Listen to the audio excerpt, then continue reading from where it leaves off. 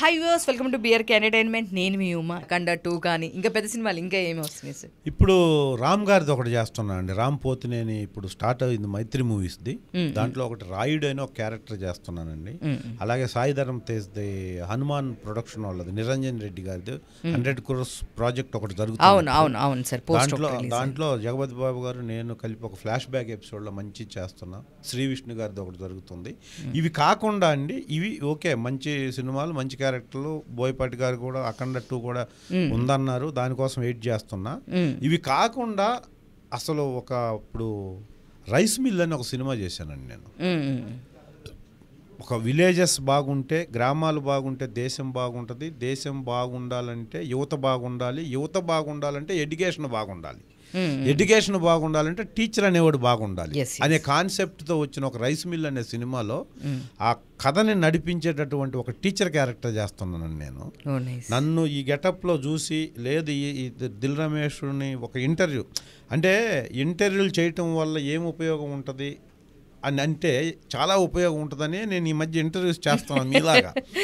ఎందుకు ఉపయోగం ఉంటుందంటే, ఒక ఇంటర్వ్యూలో నా స్పీచ్ నేను మాట్లాడింది చూసి నైట్ 11 గంటలకు ఫోన్ చేసి నా క్యారెక్టర్ ఫిక్స్ చేశాడండి ఆ డైరెక్టర్.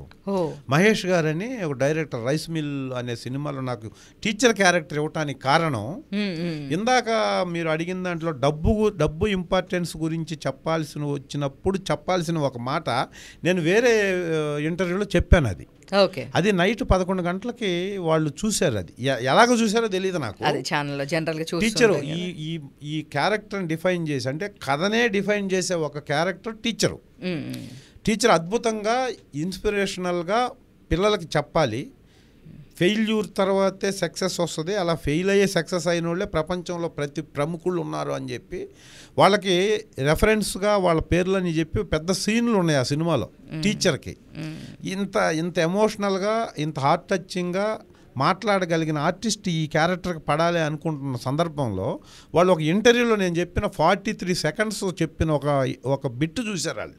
ఓకే, అది ఇప్పుడు మీకు అప్పుడు చెప్పాలి. యాక్చువల్గా మనీకి కనెక్షన్ అది. యాక్చువల్గా ఏం చెప్పానంటే, దాంట్లో ఒక మనిషికి లక్షల కోట్ల కొలది డబ్బు ఉన్నా, వందల కొద్ది వాహనాలున్నా, వేల కొద్ది భవనాలున్నా, రాసుల కొద్ది వజ్ర వైడూర్యాలున్నా, టన్నుల కొద్ది బంగారం ఉన్నా, అసలు ఈ ప్రపంచంలో భూమే రవ్వంత, అందులో నువ్వెంత, నీకున్నదెంత, ఏమున్నదని నాది అని గర్వపడతావు, ఏం పోయిందని నీది పోగొట్టుకున్నావని బాధపడతావు. మనిషికి కళ్ళు తెరిస్తే జననం, కళ్ళు మూస్తే మరణం. రెప్పపాటు ఈ జీవితంలో గర్వం ఎందుకు, అసూయ ఎందుకు, అన్యాయం ఎందుకు, అక్రమం ఎందుకు? మనిషిగా నీకు అద్భుతమైన జీవితాన్ని ఆ భగవంతుడు తల్లిదండ్రుల ద్వారా ప్రసాదించారు కాబట్టి జీవించి ఉన్న ఈ జీవితకాలంలో మంచి అనిపించుకో, మంచితోటి నలుగురు మంచి మనుషులను సంపాదించుకో, పోయేటప్పుడు కావాల్సింది ఆ నలుగురే, ఇదే జీవితం అని చెప్పానండి. Super super super. దీన్ని చూశారు వాళ్ళు. చూసి, లేదు ఈ ఆర్టిస్ట్ పేరేంటో కనుక్కొని ఈ ఆర్టిస్ట్ని ఇప్పుడు లైన్లో పెట్టి ఎల్లుండి నుంచి ఖాళీగా ఉన్నారేమో కనుక్కో అని చెప్తే వాళ్ళు నైట్ 11:30కి ఫోన్ చేశారండి. ఫోన్ చేసి క్యారెక్టర్ చెప్పారు నాకు, మీరు ఫ్రీగా ఉంటే ఈ క్యారెక్టర్ అండి అని. అసలు ఎంత ధైర్యం ఉండాలి నన్ను టీచర్గా, అంటే నేను చేసిన క్యారెక్టర్ ఏంటి, నన్ను టీచర్ ఏంటి సార్ అందుతో ఇదంతా చెప్పారు. ఒక 4 ఇంజనీరింగ్ స్టూడెంట్స్ని, 2 అమ్మాయిలు ఇంజనీరింగ్, 6 మంది నీ దగ్గర చిన్నప్పుడు చదువుకుంటారు, వాళ్ళు ఇలా ఉంటుందని కథ చెప్పారండి. కథ చెప్తే డైరెక్టర్ ఎవరంటే మహేష్ గారని, మిమ్మల్ని ఏం చూడాల్సిన అవసరం లేదు సార్, ఎల్లుండి మీరు డైరెక్ట్ లొకేషన్కి వచ్చేయండి అన్నారు. లొకేషన్కి వెళ్ళిన తర్వాత లాల్చీ పైజమా వేసి ఒక స్పెట్స్ పెట్టి డిజైన్ చేస్తే నిన్న ప్రెస్ మీట్ అయిందండి. సినిమా అంతా అయిపోయింది. టోటల్ టీచర్ మీద డిపెండ్ అయ్యే ఒక సినిమా అండి అది. రైస్ మిల్లు మంచి దేశం ఒక వ్యవసాయం మీద, పల్లెటూరు మీద కథ అండి అది.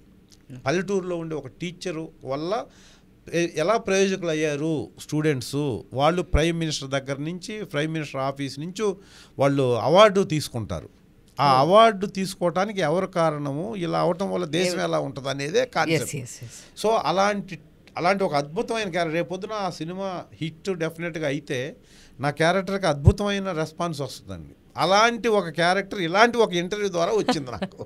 Super sir, super. But talent ఉంటే ఎప్పుడైనా వస్తుంది. నిజంగా మీరు అన్నట్టు మనం కష్టపడతా ఉండాలి, ఈ రోజు Yes, కాకపోతే అండి, రేపైనా వస్తుంది అన్నట్టు. డెఫినెట్గా సో మీరు ఈ పొజిషన్లో ఉన్నారు, ఇంకా బెటర్ మూవీస్ చేయాలి. మీరు అనుకున్నట్టుగా సింగిల్గా కూడా చేస్తూ వెళ్ళాలి, అంటే కథలు కూడా మీరు చూసీగా తీసుకుంటున్నారు ఇప్పుడు.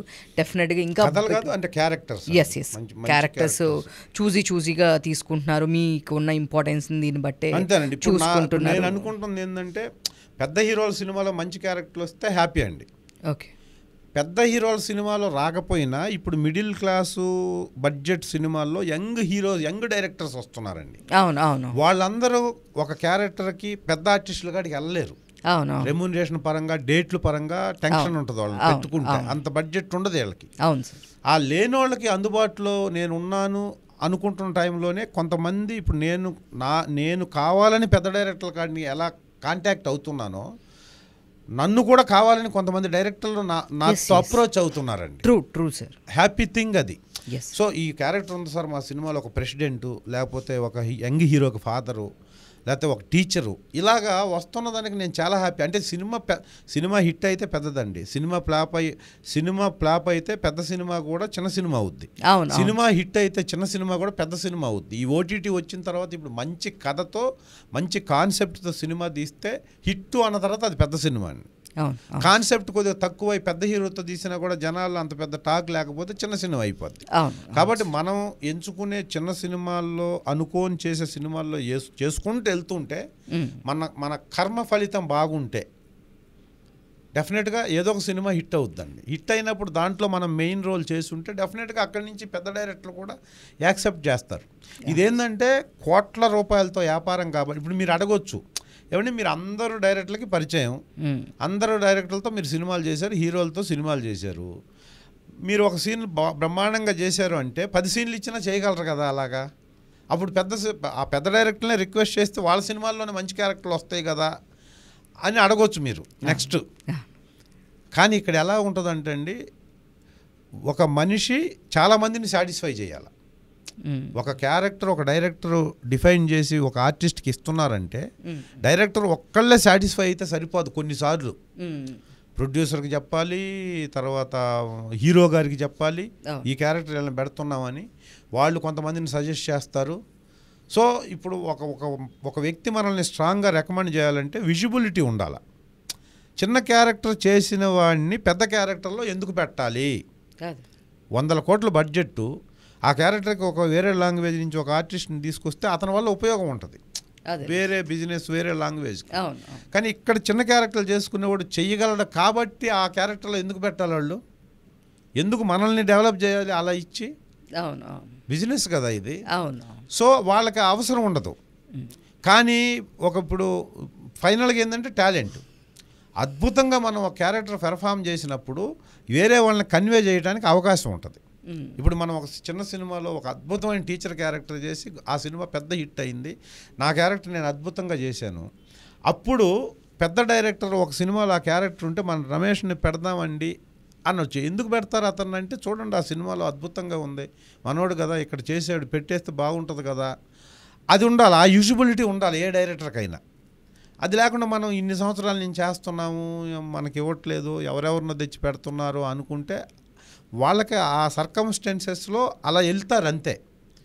మనం కనపడాలి అక్కడ. అలా కనపడినప్పుడు డెఫినెట్గా ఒక డైరెక్టర్ అయితే ఒక డైరెక్టర్ అయినా సపోర్ట్ చేస్తారు.